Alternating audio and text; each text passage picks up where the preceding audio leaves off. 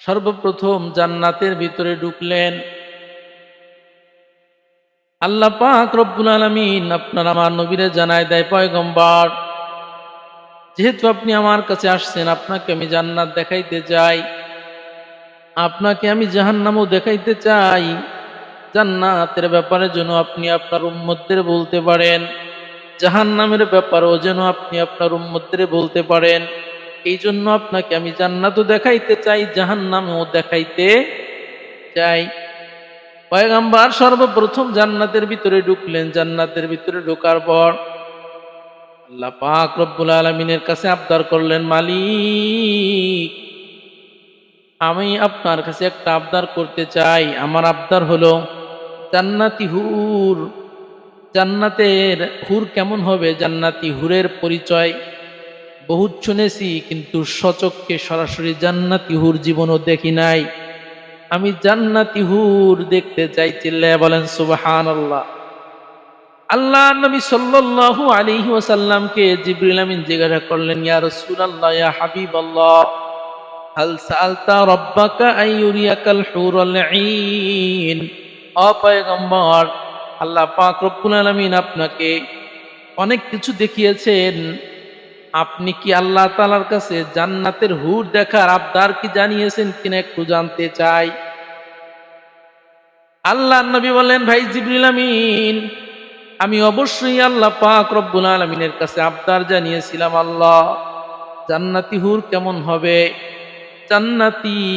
জান্নাতের হুর সম্পর্কে আমি বহুত কথা আপনার কাছ থেকে শুনেছি, অতএব আমি সরাসরি জান্নাতের হুর আমি দেখতে চাই। আল্লাহ নবী বলেন, আল্লাহ পাক রব্বুল আলামিন আমাকে জান্নাতের হুর দেখিয়েছেন। জান্নাতের ভিতরে যখন ঢুকলাম, জান্নাতের ভিতরে ঢোকার পর আল্লাহ নবী বলেন, সুন্দর একটা পাথর আমার চোখের সামনে দেখা গেল। এই পাথরের বাম দিকে আল্লাহ তাআলা আমাকে যেতে বললেন, পয়গম্বর, ওই জান্নাতের ভিতরে যে দেখেন, জান্নাতের ভিতরে একটা পাথর আছে, ওই পাথরের বাম সাইডে দেখেন কিছু সুন্দরী রমণী আছে। ওই সুন্দরী রমণীদের কাছে যে জিজ্ঞাসা করেন, জান্নাতি হুরদের পরিচয় আপনি পেয়ে যাবেন। পয়গম্বর বলেন, আমি জান্নাতের ভিতরে ঢোকার পর ওই পাথরের বাম সাইডে আমি যে দেখলাম কিছু সুন্দরী নারী। আমি জিজ্ঞাসা করলাম, মান আনতুন্না, এই সুন্দরী রমণীরা, তোমাদের পরিচয় কি? তোমরা কারা? তোমাদের পরিচয় আমার কাছে দাও। আল্লাহ নবীকে লক্ষ্য করে জান্নাতি হুররা বললেন, নাহনু খায়রাতু হিসান, আমরা পৃথিবীর সর্বসুন্দরী রমণী। সুবহানাল্লাহ।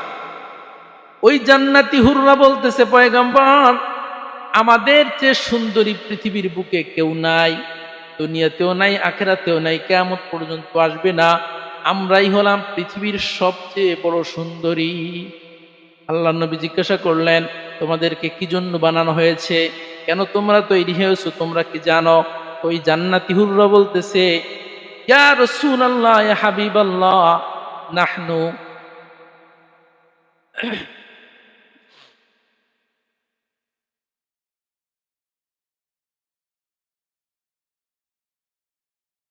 ওই জান্নাতি হুররা বলতেছেন, ইয়া রাসূলুল্লাহ, ইয়া হাবিবাল্লাহ, নাহনু খায়রাতু হিসান, আমরা সবচেয়ে বড় সুন্দরী। আমাদেরকে কি জন্য সৃষ্টি করা হয়েছে? বলে, নাহনু কওমু আবরারিন, আপনার উম্মতের ভিতরে সবচেয়ে বড় মুত্তাকি এবং পরহেজগার যারা হবে, ওদের স্ত্রী হিসাবে আমাদেরকে তৈরি করা হয়েছে। সুবহানাল্লাহ। আপনার উম্মতের ভিতরে যারা পরহেজগার হবে, আপনার উম্মতের ভিতরে যারা মুত্তাকি হবে, আপনার উম্মতের ভিতরে যারা আল্লাহ ওয়ালা হবে, তাদের স্ত্রী হিসাবে আল্লাহ পাক রব্বুল আলামিন আমাদেরকে সৃষ্টি করেছে। আমাদের যে সুন্দরী সারা পৃথিবীতে কোথাও খুঁজে পাওয়া যাবে? আল্লাহর নবী সাল্লাল্লাহু আলাইহি ওয়াসাল্লাম এই জান্নাতি হুরদের সঙ্গে কথোপকথন শেষ করার পর সামনের দিকে আগাইলেন। সামনের দিকে আগানোর পর আল্লাহর নবী দেখতেছেন সুন্দর একটা ঝর্ণা। এত সুন্দর একটা ঝর্ণা, যেই ঝর্ণার পানির ভিতরে মেশক আম্বারের চেয়েও সুন্দর ঘ্রাণ। মেশক আম্বারের ঘ্রাণ কি? আল্লাহর নবী বলেন, মেশক আম্বারের চেয়ে বহু কোটি গুণ বেশি সুঘ্রাণ হচ্ছে ওই ঝর্ণার পানির ভিতরে। আল্লাহ নবী আশ্চর্য হয়ে গেলেন। দুনিয়ার জীবনে কত ঝর্ণা দেখেছি, কত নদী দেখেছি, কত কিছুই না দেখেছি, কোন ঝর্ণার পানির ভিতরে তো এত সুঘ্রাণ আমি কখনো পাই নাই। ভাই জিবরিল আমিন, আপনি কি জানেন এই পানির ভিতরে এত সুঘ্রাণ কেন? জিবরিল আমিন বলতেছেন, ইয়া রাসূলুল্লাহ, ইয়া হাবিবাল্লাহ, এই যে যে ঝর্ণার পানি, এটা সাধারণ কোন ঝর্ণা না, বরং এটা হচ্ছে হাউজে কাউসার। সুবহানাল্লাহ। যেই হাউজে কাউসার দেওয়ার জন্য আল্লাহ পাক রব্বুল আলামিন কোরআনুল কারীমের ভিতরে ওয়াদা করেছেন। আল্লাহ তাআলা আপনার ব্যাপারে বলছেন, ইন্না আ'তাইনাকাল কাউসার, ও পয়গম্বর, আমি আপনাকে হাউজে কাউসার দান করলাম। আল্লাহ পাক রব্বুল আলামিন যেই হাউজে কাউসারের ওয়াদা করেছেন, এই সেই জান্নাতি হাউজে কাউসার, যার পানি দুধের চেয়েও সাদা হবে, মধুর চেয়েও মিষ্টি, যার ঘেরান হবে মেশক আম্বারের চেয়েও বেশি। এত সুন্দর হচ্ছে এই হাউজে কাউসারের পানি। ভাইরা আমার, বন্ধুরা আমার, আল্লাহ নবী আর একটু সামনের দিকে রওনা দিলেন। সামনের দিকে রওনা দেওয়ার পর আল্লাহ নবী সামনের দিকে যখন রওনা দিছে, রওনা দেওয়ার পর দেখতেছেন জান্নাতের ভিতরে হাঁটার আওয়াজ। কিসের আওয়াজ? হাঁটার আওয়াজ। আল্লাহ নবী আশ্চর্য হয়ে গেলেন, ভাই জিবরিল আমিন, এই জান্নাতের ভিতরে তো কোনো মানুষ নাই, তাহলে জান্নাতের ভিতরে হাঁটার আওয়াজ কোত্থেকে আসলো? জিবরিল আমিন বললেন, ইয়া রাসূলুল্লাহ, ইয়া হাবিবাল্লাহ, ওই আপনার সাহাবী বিলাল হাবশী, যার চেহারা সুন্দর না, যার গঠনও সুন্দর না, হাবশী মানুষ, কালো মানুষ, দেখতে একেবারে বিশ্রী, দুনিয়ার মানুষের কাছে এসে প্রিয় না হলেও আল্লাহ পাক রব্বুল আলামিনের কাছে এত প্রিয়। ওই আপনার বিলাল হাবশী তাহাজ্জুদ নামাজের জন্য উঠেছে, ওই তাহাজ্জুদ নামাজ পড়তে মসজিদে যাচ্ছে, তার প্রত্যেকটা কদমের আওয়াজ আপনি জান্নাতের ভিতর থেকে শুনতে পাচ্ছেন। সুবহানাল্লাহ। ভাইরা আমার, বন্ধুরা আমার, যেই সাহাবীর এই কদমের আওয়াজ জান্নাতের ভিতর থেকে শোনা যায়, ওই সাহাবী কোথায় যাবে? আল্লাহর নবী সাল্লাল্লাহু আলাইহি ওয়াসাল্লাম মিরাজ থেকে ফিরে এসে সাহাবীদেরকে বললেন, ও প্রাণের সাহাবীরা, তোমাদের ভিতরে একজন সাহাবী আছে, যেই সাহাবীর মর্যাদা আল্লাহর কাছে এত বেশি যে আমি মিরাজের রজনীতে জান্নাতের ভিতরে ওই সাহাবীর পায়ের হাঁটার আওয়াজ পর্যন্ত শুনতে পেয়েছি। সাহাবায়ে কেরাম তো আশ্চর্য হয়ে গেলেন, হয়তো বড় বড় সাহাবীরাই হবে। আল্লাহর নবী বললেন, না, জান্নাতে সব সাহাবায়ে কেরাম যাবে, তার ভিতরে কোনো সন্দেহ নাই, তবে আমি জান্নাতের ভিতরে আমার সাহাবী বিলাল হাবশীকে দেখতে পেয়েছি। তার কারণ হলো বিলাল হাবশীর ভিতরে তাহাজ্জুদ নামাজের আমল ছিল। কোন নামাজের আমল? আল্লাহ পাক রব্বুল আলামিন বলেন, ওয়া মিনাল লাইলি ফাতাহাজ্জাদ বিহি নাফিলাতান, ওয়া মিনাল লাইলি ফাতাহাজ্জাদ বিহি নাফিলা। ও পয়গম্বর, এই তাহাজ্জুদ নামাজ আপনার উপরে ফরজ নয়, ওয়াজিব নয়, বরং নফল। তাহাজ্জুদ নামাজ কি? নফল। আল্লাহর নবী বলেন, ও পয়গম্বর, আপনার জন্য, আপনার উম্মতের জন্য এই তাহাজ্জুদ নামাজ ফরজ নয়, ওয়াজিব নয়, বরং নফল। তবে এই নফলের দাম এত বেশি, আসা আইয়াবাতাকা রাব্বুকা মাকামাম মাহমুদা।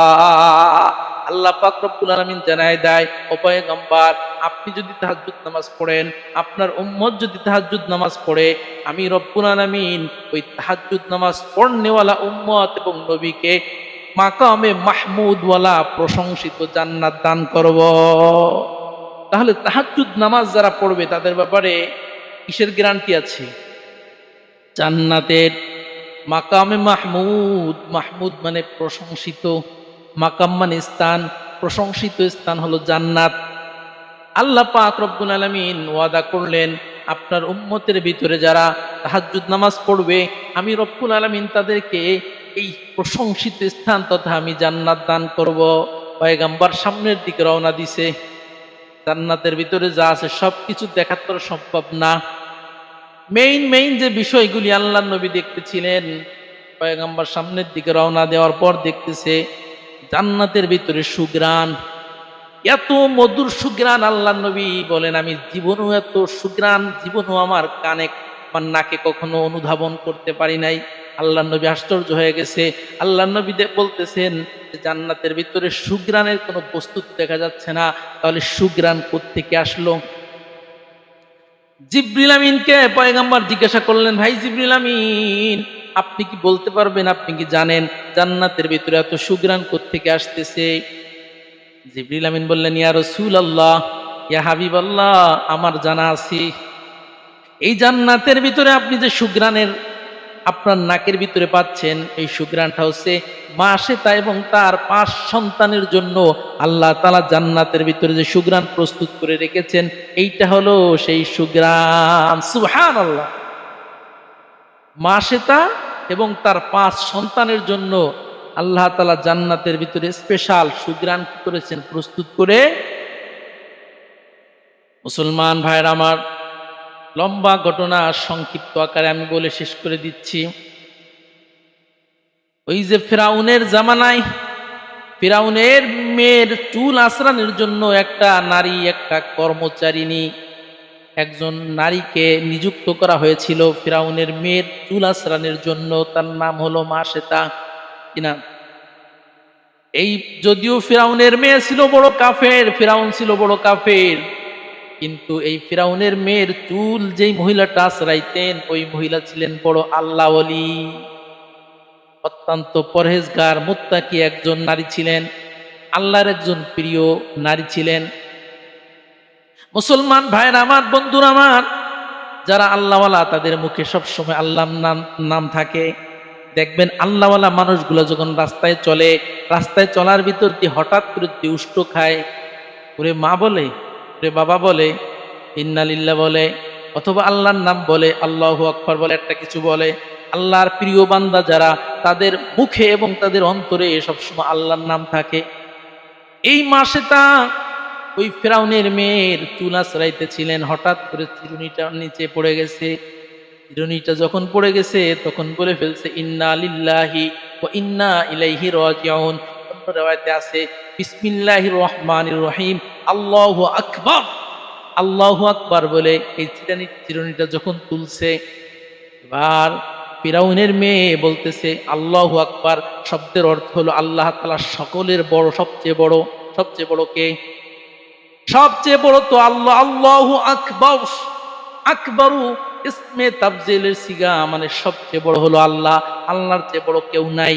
এই কথাটা যখন মা শ্বেতা জবান দিয়ে উচ্চারণ করলো, তো সঙ্গে সঙ্গে ফিরাউনের মেয়ে তেলে বেগুনে জ্বলে উঠলো।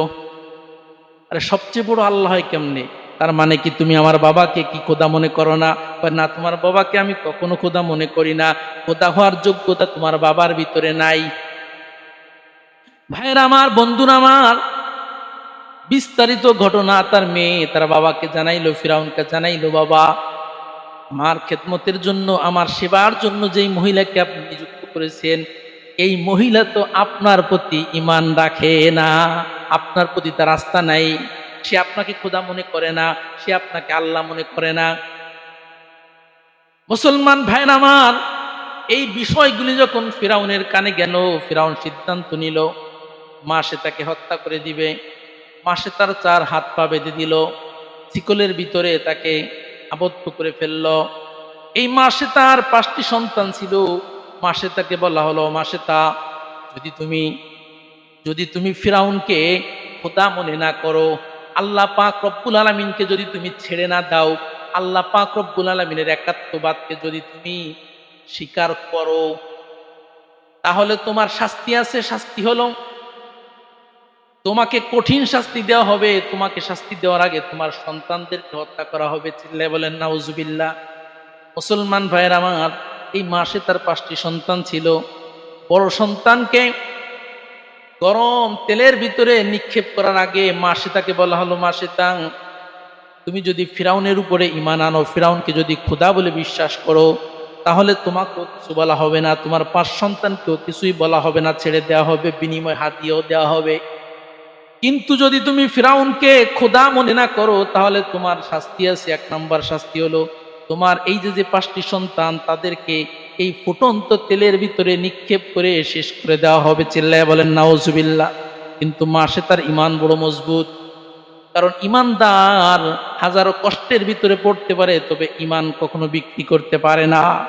ভাইরা আমার, বন্ধুরা আমার, এই মা সে তার চোখের সামনে তার বড় সন্তানকে ফুটন্ত তেলের ভিতরে নিক্ষেপ করা হলো। বাজান, ফুটন্ত তেলের ভিতরে যখন নিক্ষেপ করা হয়েছে, সঙ্গে সঙ্গে এই মাসে তার বড় সন্তানটা ভাজা মাছের মতো বুনা হয়ে তেলের উপরে ভেসে উঠছে। চিল্লায় বলেন নাউজুবিল্লাহ। এই দৃশ্য দেখে মাসে তার অন্তর নরম হয়ে গেছে, কিন্তু এর পরেও না, মাসেদা বলেন না, আমি ঈমান ছাড়তে পারবো না, আমি আমার আল্লাহকে ছাড়তে পারবো না, আমি ফিরাউনকে কখনো খোদা বলে আমি বিশ্বাস করতে পারবো না। ভাইরা আমার, বন্ধুরা আমার, ফিরাউন সিদ্ধান্ত নিল তাহলে দ্বিতীয় নাম্বার সন্তান যে তাকেও ফুটন্ত তেলের ভিতরে নিক্ষেপ করা হবে। এভাবে করে একটা নয়, দুইটা নয়, তিনটা নয়, চারটা সন্তানকে এই ফিরাউন বদমাইশ ফুটন্ত তেলের ভিতরে নিক্ষেপ করে তাদেরকে সম্পূর্ণ ভুনা করে তাদের জীবনকে শেষ করে দিয়েছে। চিল্লায় বলেন নাউজুবিল্লাহ। ভাইরা আমার, বন্ধুরা আমার, এই মাসে তার কোলে ছিল একটা 6 মাসের বাচ্চা, দুধের বাচ্চা। এই মাসে তার এই দুধের বাচ্চা দুধ পান করতেছিল। মাসে তাকে বলা হলো, মাসে তা তোমার এক এক করে তোমার 4টা সন্তানকে শেষ করে দেওয়া হলো, এখন একটা মাত্র তোমার দুধের সন্তান আছে। যদি তুমি ফিরাউনকে খোদা বলে বিশ্বাস না করো, তাহলে তোমার এই দুধের সন্তানকেও ফুটন্ত তেলের ভিতরে নিক্ষেপ করা হবে। ভাইরা আমার, বন্ধুরা আমার, মাসে তা বললেন না, কিছুতেই আমি ফিরাউনকে খোদা বলে বিশ্বাস করব না। আমার খোদা, আমার রব, আমার সৃষ্টিকর্তা, আমার পালনেওয়ালা কয়জন? এক আল্লাহ ছাড়া আমি কাউকে মানি না। এই কথা যখন বলা হলো, বলার সঙ্গে সঙ্গে এই মাসে তার কোল থেকে এই দুধের বাচ্চাটাকে ছিনিয়ে যখন নেওয়া হলো, তখন মাসে তার অন্তরটা কাঁপতেছিল।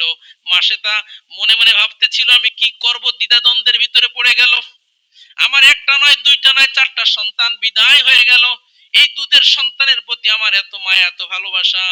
এই দুধের সন্তানকে যদি ফুটন্ত তেলের ভিতরে নিক্ষেপ করা হয়, তাহলে তো আমি জীবনও বেঁচে থাকতে পারবো না, আমি সহ্য করতে পারবো না। মাসে তার দ্বিধাদ্বন্দ্বের ভিতরে পড়ে গেল, কি করবে। হঠাৎ করে দুধের সন্তান, 6 মাসের বাচ্চা, কথা বলার যোগ্যতা যার ভিতরে ছিল না, আল্লাহ পাক রব্বুল আলামিন কুদরতি ভাবে তার কথা বলার শক্তি দান করে দিলেন। ওই দুধের বাচ্চা সঙ্গে সঙ্গে বললেন, মাগো আপনি ভয় পাবেন না, আপনার অন্তর যেন পরিবর্তন না হয়, আপনি সঠিকের উপরে আছেন, আপনি সিরাতুল মুস্তাকিম, সঠিক পথের উপরে আছেন। আমি তেলের ভিতরে পড়ব, এতেও আমার জীবন চলে যাবে, এরপরও আপনি কখনো ঈমান থেকে চুল পরিমাণ পিছপা হতে পারবেন না।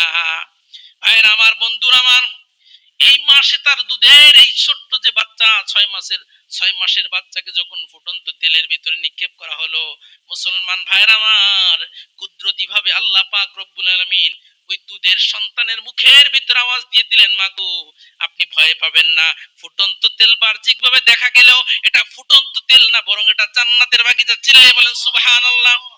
ফুটন্ত তেল নয়, যেখানে আমাকে নিক্ষেপ করা হয়েছে এটা ফুটন্ত তেল আপনারা মনে করতেছেন, কিন্তু আমি ফুটন্ত তেল মনে করি না। আমি দেখতেছি যে আমি জান্নাতের ভিতরে আছি। ভাইরা আমার, বন্ধুরা আমার, এই দুধের বাচ্চাকে ফুটন্ত তেলের ভিতরে নিক্ষেপ করে দেওয়া হলো। এবার মাসে তার ফালা। এরপরে মাসে তাকে বলা হলো, মাসে তা তোমার একটা নয়, দুইটা নয়, তিনটা নয়, 4টা নয়, 5টি সন্তানকে তোমার শহীদ করে দেওয়া হলো। এখন যদি তুমি, এখনো তোমার সুযোগ আছে, যদি তুমি ফিরাউনকে খোদা বলে মানো, তাহলে তোমার